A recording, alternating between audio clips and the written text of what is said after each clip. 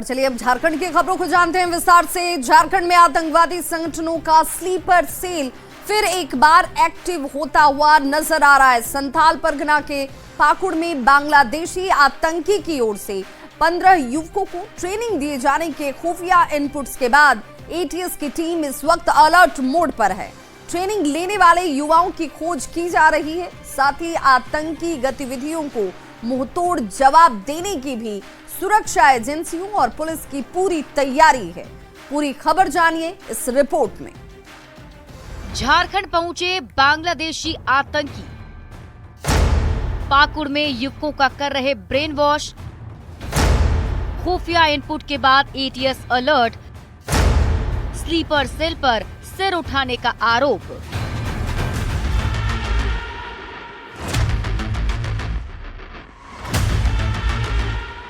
जी हां, सही सुना आपने। पड़ोसी देश बांग्लादेश में राजनीतिक अस्थिरता है और इसका सीधा असर बांग्लादेश की सीमा से सटे झारखंड में दिख रहा है। खुफिया इनपुट्स की माने तो एटीएस बांग्लादेश के आतंकी संगठन के सदस्य झारखंड में पहुंच चुके हैं और युवक को आतंक की ट्रेनिंग देकर ब्रेन वॉश कर रहे हैं। पाकुड़ में उनके पहुंचने और जेएएचए इंडिया संगठन के 15 सदस्यों को ट्रेनिंग देने की जानकारी देने की सूचना के बाद एटीएस अलर्ट मोड में है।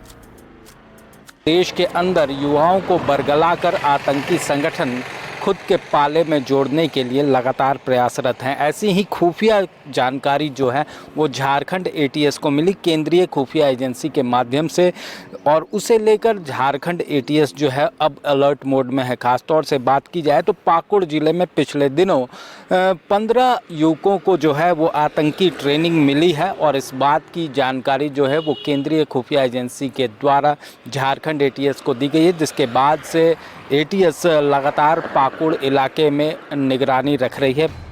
संदिग्ध आतंकी का नाम अब्दुल मम्मून है, जो बांग्लादेश में सतखीरा के गोपीनाथपुर इलाके का रहने वाला है। अवैध तरीके से सीमा पार कर वो पाकुड़ पहुंचा और जहां उसने युवक को ट्रेनिंग दी। इसे लेकर एटीएस के साथ ही सभी जिलों के एसपी और डीआईजी भी अलर्ट मोड में दिख रहे हैं।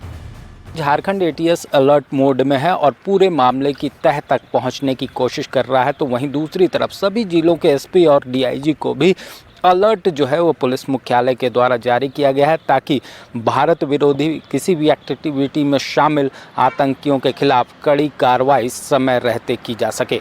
रांची से न्यूज़ 18 के लिए ओम प्रकाश।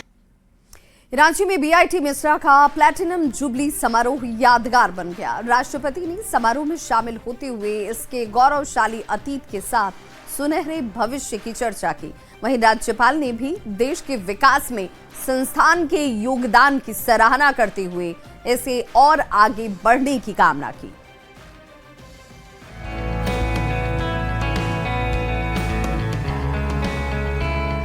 रांची के मिश्रा में बिरसा इंस्टीट्यूट ऑफ टेक्नोलॉजी यानी बीआईटी मिश्रा का बेहद गौरवशाली इतिहास रहा है और इस गौरव में 4 चांद और लग गए जब राष्ट्रपति द्रौपदी मुर्मू इसमें शामिल हुई। प्लैटिनम जुबली समारोह में संस्थान के शैक्षणिक सफर का राष्ट्रपति ने जब फीता काटकर उद्घाटन किया तो वहां मौजूद हर एक व्यक्ति उत्साह से भर गया। राष्ट्रपति ने आर्टिफिशियल इंटेलिजेंस के साथ ही स्पेस एंड रॉकेट इंजीनियरिंग सहित दूसरी बीट पर किए गए काम की जमकर सराहना की। BIT has been an integral part of the state's history. The Platinum Jubilee is an apt occasion to celebrate and honor the institute's contributions to education, research and innovation in engineering, technology and allied fields. इस मौके पर राज्यपाल संतोष कुमार गंगवार ने भी science और technology के क्षेत्र में संस्थान के योगदान की सराहना की और देश के विकास के लिए इंजीनियरिंग और टेक्नोलॉजी के महत्व को सही ढंग से समझने पर बधाई दी। तो मंत्री सुदिव्य कुमार सोनू ने भी संस्थान के आगे बढ़ने की कामना की। मुझे अत्यधिक प्रसन्नता है कि बीआईटी मिश्रा ने विद्यार्थियों की सोच को विकसित किया और उन्हें एक ऐसे भविष्य के लिए तैयार किया है जो कि उनके जीवन में आने वाली चुनौतियों का सामना करने तथा उनके समाधान ढूंढने की शक्ति प्रदान करती है। हम इस ऊर्जा और उत्साह का भी जश्न मना रहे होते हैं जो संस्थान ने समाज और राष्ट्र को दिया है। एक व्यक्ति, एक समाज, एक राष्ट्र के रूप में हमारा भी यह दायित्व है कि हम ऐसे संस्थान का समर्थन करें ताकि वे नए जोश के साथ राष्ट्र निर्माण की प्रक्रिया में योगदान देना जारी रख सकें। 70 साल का ऐतिहासिक सफर सफलता से पूरा कर चुके बीआईटी मेसरा का प्लेटिनम जुबली समारोह यादगार रहा। इस मौके पर राष्ट्रपति द्रौपदी मुर्मू ने मंच से स्मारक पदक जारी किया और संस्थान की जमकर सराहना की। ये समारोह संस्थान के फैकल्टी के साथ ही छात्रों को भी आगे और बेहतर करने के लिए प्रेरित करता है। न्यूज़ 18 के लिए रांची से निरंजन सिंह की रिपोर्ट। राजनेता अक्सर अपने वीआईपी कल्चर की वजह से चर्चाओं में रहते हैं, लेकिन हाई प्रोफाइल होने के बाद भी झारखंड के पूर्व सीएम अर्जुन मुंडा एक कॉमन मैन की तरह दिखे। रेलवे स्टेशन पर पत्नी के साथ ट्रेन का इंतजार कर रहे अर्जुन मुंडा की तस्वीर इस वक्त वायरल हो रही है। आप भी देखिए वीआईपी कल्चर से दूर कॉमन मैन अर्जुन मुंडा का यह खास अंदाज।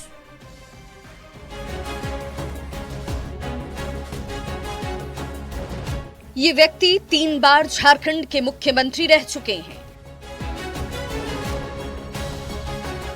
2003, 2005 और 2010 में झारखंड के मुख्यमंत्री के तौर पर झारखंड की सेवा कर चुके हैं।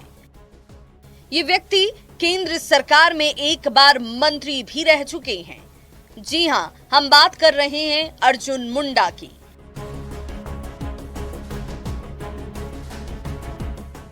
सत्ताईस साल की उम्र में पहली बार विधायक बने अर्जुन मुंडा 35 साल की उम्र में सीएम बन गए। लेकिन सादगी ऐसी कि कोई भी कायल हो जाए। बिरसा मुंडा की विरासत को आगे बढ़ाने वाले आदिवासी नेता अर्जुन मुंडा की, जिनकी पहचान ही जमीन से जुड़े नेता के तौर पर होती है। झारखंड के पूर्व मुख्यमंत्री और पूर्व केंद्रीय मंत्री अर्जुन मुंडा हाल ही में अपनी पत्नी मीरा मुंडा के साथ प्रयागराज महाकुंभ में आस्था की डुबकी लगाने पहुंचे थे। स्नान के बाद जब वे झारखंड लौट रहे थे तो ट्रेन का इंतजार करते हुए प्लेटफॉर्म पर आम यात्रियों की तरह बैठे नजर आए। इस दौरान उन्होंने 47 सेकंड का एक वीडियो शेयर किया जो सोशल मीडिया पर चर्चा का विषय है। वीडियो में अर्जुन मुंडा अपनी पत्नी के साथ प्लेटफॉर्म पर सहजता से बैठे हुए नजर आ रहे हैं। आसपास कई लोग आते गुजरते नजर आते हैं, लेकिन किसी ने उनसे बातचीत नहीं की। संभवतः वहां मौजूद लोग उन्हें पहचान नहीं पाए और यही दृश्य उनकी सादगी को बखूबी दर्शाता है। आमतौर पर जब वीआईपी चलते हैं तो उनके साथ लाव लश्कर होता है, तामझाम होते हैं, अधिकारियों का काफिला होता है, समर्थकों की भीड़ होती है। लेकिन अर्जुन मुंडा के साथ ऐसा कुछ नहीं दिखा। झारखंड के पूर्व मुख्यमंत्री और बीजेपी नेता अर्जुन मुंडा का यही अंदाज उन्हें सबसे जुदा और खास बना रहा है। देखिए प्रयागराज में अर्जुन मुंडा आम आदमी की तरह कैसे रेलवे स्टेशन पर ट्रेन का इंतजार कर रहे हैं। ठीक उनके बगल में उनकी पत्नी मीरा मुंडा भी बैठी हैं। वीआईपी कल्चर से बिल्कुल दूर आम आदमी की तरह अर्जुन मुंडा लोगों को खूब भा रहे हैं। सभी इसकी चर्चा कर रहे हैं। स्टेशन पर लोगों की भीड़ है, लेकिन सादगी के साथ बैठे अर्जुन मुंडा और उनकी पत्नी को कोई पहचान ही नहीं पाता। अर्जुन मुंडा अक्सर आम लोगों के बीच घुलने मिलने के लिए जाने जाते हैं, चाहे वो राजनेता हो, उद्योगपति हो या फिर खेल जगत की हस्तियां ही क्यों न हो। महाकुंभ के दौरान भी उन्होंने अपनी यही सहजता दिखाई है। स्नान के बाद बिना किसी विशेष वीआईपी सुविधा का उपयोग किए वे आम श्रद्धालु की तरह प्लेटफॉर्म पर बैठे अपनी ट्रेन का इंतजार करते दिखे। महाकुंभ की व्यवस्थाओं की उन्होंने सराहना की। न्यूज़ 18 के लिए ब्यूरो रिपोर्ट। झारखंड विधानसभा चुनाव में जीत का आधार रख चुकी मैया सम्मान योजना अब बजट में सेंधमारी की खबरों को लेकर इस वक्त चर्चाओं में है। मामला खेल विभाग से जुड़ा है। बीजेपी का साफ आरोप है कि खेल विभाग के साथ ही दूसरे विभाग के बजट का पैसा मैया योजना में इस्तेमाल किया जा रहा है। वहीं सत्ताधारी दल कांग्रेस ने बीजेपी के इस आरोप को सीधे खारिज कर दिया। पूरे मामले में खेल निदेशक का दावा है कि विभाग का पूरा पैसा खेल और खेल के विकास में ही खर्च किया जा रहा है। यह समान योजना को पूरा करने के लिए सरकार को काफी सारे पैसे की जरूरत है और इस पैसे के लिए सरकार ने कोई भी एक ऐसा काम नहीं किया जिससे कि एडिशनल सोर्स ऑफ रेवेन्यू आए। अगर आपके पास रेवेन्यू नहीं आएगा तो आपके पास में जो एक्सपेंडिचर है इस योजना को लागू करने के लिए आपके पास एक ही तरीका बचता है, वो है बाकी विभाग के बजट को आप जो है कटौती करेंगे। उदाहरण के लिए कभी खेल का कटौती करेंगे, कभी रोड का कटौती करेंगे, कभी स्वास्थ्य विभाग में कटौती करेंगे। सभी विभाग में मजबूती के साथ काम हो रहा है और जो कार्यक्रम तय है उस कार्यक्रम के हिसाब से सारे कार्यक्रम हो रहे हैं। तो फिर इस तरह की बयानबाजी करना और अनर्गल आरोप लगाना ये बिल्कुल ही बेबुनियाद है। हम लोगों ने लगभग अपना सारे बजट का जो पैसा है उसको हम लोगों ने उपयोग किया है और मैया समान योजना वगैरह में बहुत कोई ऐसा डाइवर्सन हम लोग के यहाँ से नहीं है।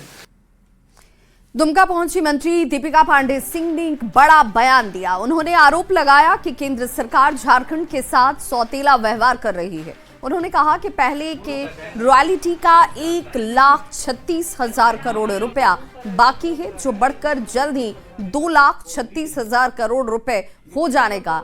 मंत्री ने कहा कि झारखंड के वित्त विभाग की ओर से इन बकायों का एक ब्यौरा तैयार किया जा रहा है और कुछ ही दिनों में ये रिपोर्ट पेश की जाएगी कि उनके विभाग का कुल कितना बकाया है। मुझे जानकारी है कि वित्त विभाग जो है इन सब चीज़ों का भी ब्यौरा तैयार कर रहा है। हम लोग भी अपने विभाग का रिपोर्ट जो है आने वाले कैबिनेट के दिन वित्त मंत्री को देंगे कि कितना बकाया राशि है और मुझे लगता है कि और 1,00,000 करोड़ रुपए जो है सभी विभागों का बकाया आप जोड़ लेंगे तो केंद्र सरकार उसको बाकी रखी है। तो बजट सत्र से पहले झारखंड कांग्रेस अपने विधायकों के साथ बैठक करने वाली है। कांग्रेस ने अपने विधायक दल की बैठक 23 फरवरी को बुलाई है, जिसमें सदन में किए जाने वाले सवाल और झारखंड में चल रही योजनाओं पर चर्चा होगी। पार्टी के प्रदेश महासचिव राकेश सिन्हा ने कहा कि 24 फरवरी से बजट सत्र की शुरुआत होगी, जिससे पहले सत्र को लेकर रणनीति पर चर्चा बेहद अहम है। में क्या प्रश्न हैं, क्या जनता की समस्याएं हैं, उन तमाम चीज़ों पर हमारा फोकस होगा। क्योंकि इस बार का सत्र जो है बजट सत्र भी है, तो बजट कैसे हम अधिक से अधिक बेहतर जो बना है वो हम कैसे विधानसभा के पटल पर उसको बेहतर तरीके से रख सकते हैं। तो इन तमाम चीज़ों को लेकर के विधायक दल की बैठक आहुत की गई है 23 फरवरी को। पाकुड़ में काफी पुराना जीवाश्म मिलने से वन विभाग में उत्साह का माहौल है। सोनाजोड़ी में मटिया पहाड़ पर एक अनमोल जीवाश्म की खोज हुई है। पेड़ का ये जीवाश्म लगभग 5 से 7 करोड़ साल पुराना माना जा रहा है, जो कार्बोनिफेरस और पर्मियन काल का है। वैज्ञानिकों ने इसे अंतर्राष्ट्रीय धरोहर बताया। वैज्ञानिकों के अनुसार ये जीवाश्म गोंडवाना लैंड काल का है, जब ऑस्ट्रेलिया, यूरोप और एशिया एक सुपर महाद्वीप के रूप में जुड़े हुए थे। सिंह जो हमारे जियोलॉजी के प्रोफेसर हैं साहबगंज से, उनके साथ वन विभाग की टीम की संयुक्त रूप से एक बृहद सर्वे किया गया था सोनाजोरी मटिया पहाड़ के क्षेत्र में, और वहां पर जीवाश्म अर्थात फॉसिल की पुष्टि हुई है। प्रोफेसर साहब की तरफ से जो बताया गया है कि लगभग ये 50 to 70 मिलियन ईयर्स यानी लगभग 5 से 7 करोड़ वर्ष पुराना फॉसिल है।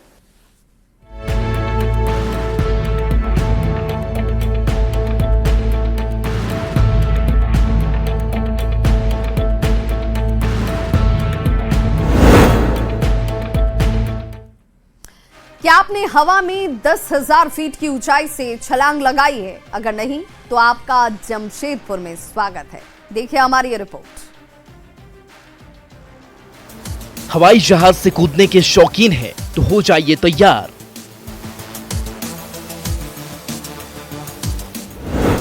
झारखंड में पहली बार स्काई डाइविंग एडवेंचर। 10,000 फीट की ऊंचाई से लगा सकते हैं छलांग।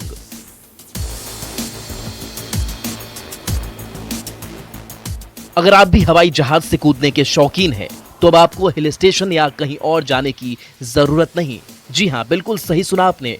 अब आपके शहर जमशेदपुर में स्काई ड्राइविंग फेस्टिवल का आयोजन होने जा रहा है, जहां आप हवाई जहाज से 10,000 फीट की ऊंचाई से छलांग लगा सकते हैं। हार्नेस पहनाते हैं आपको और आपको अटैच कर दिया जाता है एक इंस्ट्रक्टर के साथ में, और वो इंस्ट्रक्टर के साथ आप हवाई जहाज में बैठते हैं। फिर 10,000 फुट की ऊंचाई से आप छलांग लगाते हैं और पहले 5,000 फुट जो है आप हवा में पत्थर की तरह गिरते हैं, जिसको हम फ्री फॉल कहते हैं।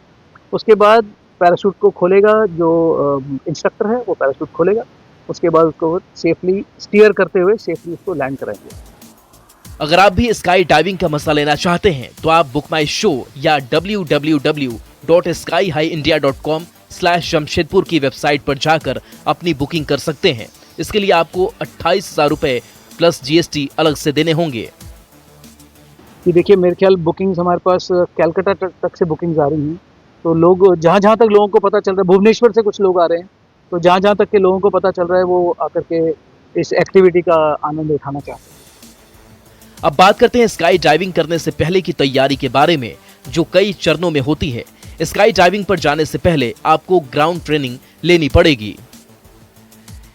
10,000 फीट से ऊपर से ये छलांग लगाई जाएगी, तो कहीं ना कहीं जमशेदपुर शहर के लिए एक सबसे बड़ी खुशखबरी है कि लोग जो भी शौकीन करते हैं जहाजों से कूदने का पैराशूट पहनकर, तो उन्हें कहीं ना कहीं झारखंड सरकार की ओर से उस सपने को पूरा करने की कवायद शुरू हो गई है, और कहीं ना कहीं इससे अब झारखंड के पर्यटक को काफी बढ़ावा मिलेगा। न्यूज़ 18 के लिए जमशेदपुर से आशीष कुमार तिवारी। और फिलहाल यहाँ रुक रहे एक छोटे से अंतराल के लिए।